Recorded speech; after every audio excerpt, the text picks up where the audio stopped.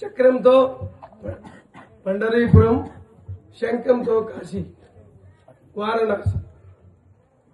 అక్కడి నుంచి మొదలై ఇక్కడ సన్మానం దాకా వచ్చింది ఈరోజు సప్తాహ. మరి ఉత్పన్న ఏకాదశి రోజు విన్న వాళ్ళం అందరం కూడా గరుడవారం మీద పోయినట్టే అనిపిస్తుంది నాకు ఈరోజు. చాలా బ్రహ్మాండమైనటువంటి కానీ ఆ 2 అక్షరాలు ఏవైతే ఉందో ఈ ఊరు పేరు కూడా 2 అక్షరాలు మారాలి. ఇక్కడ 125-130 కుటుంబాలు ఉన్నాయి. 70% కీర్తనాలు చేసే వాళ్ళు ఉన్నారు.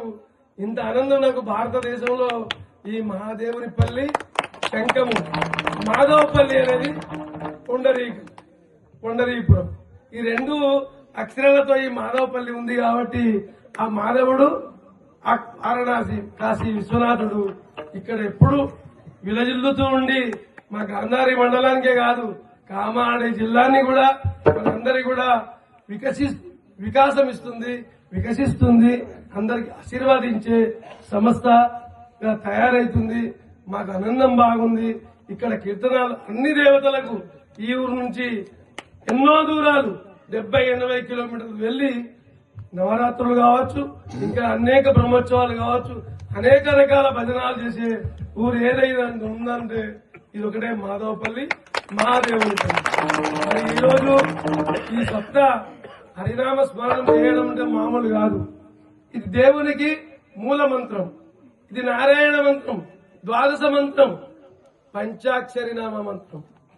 3 లోకాలకే కాదు, కింది 7 లోకాలకు, మీది 7 లోకాలకు పైన వైకుంఠానికి సరిపోయేటది చిన్న కుగ్రామం ఇది. కానీ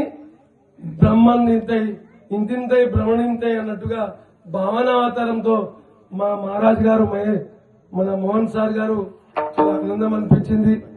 మరి బాపురావు గారి మీ అందరికి ఊరి సహకరించిన వారికి, మేము విన్న వారి శ్రోతలకు చాలా ఆనందం అనిపించింది. కాబట్టి ఈ ఊరు తరఫున, మా మండలి తరఫున, అందరి తరఫున మహారాజ్కు కీర్తన చేసిన వాళ్ళందరికీ, విన్న వారందరికీ కృతజ్ఞతలు ముగించుకుంటాను. జై హింద్. గోమాతా కీ, గోమాతా కీ.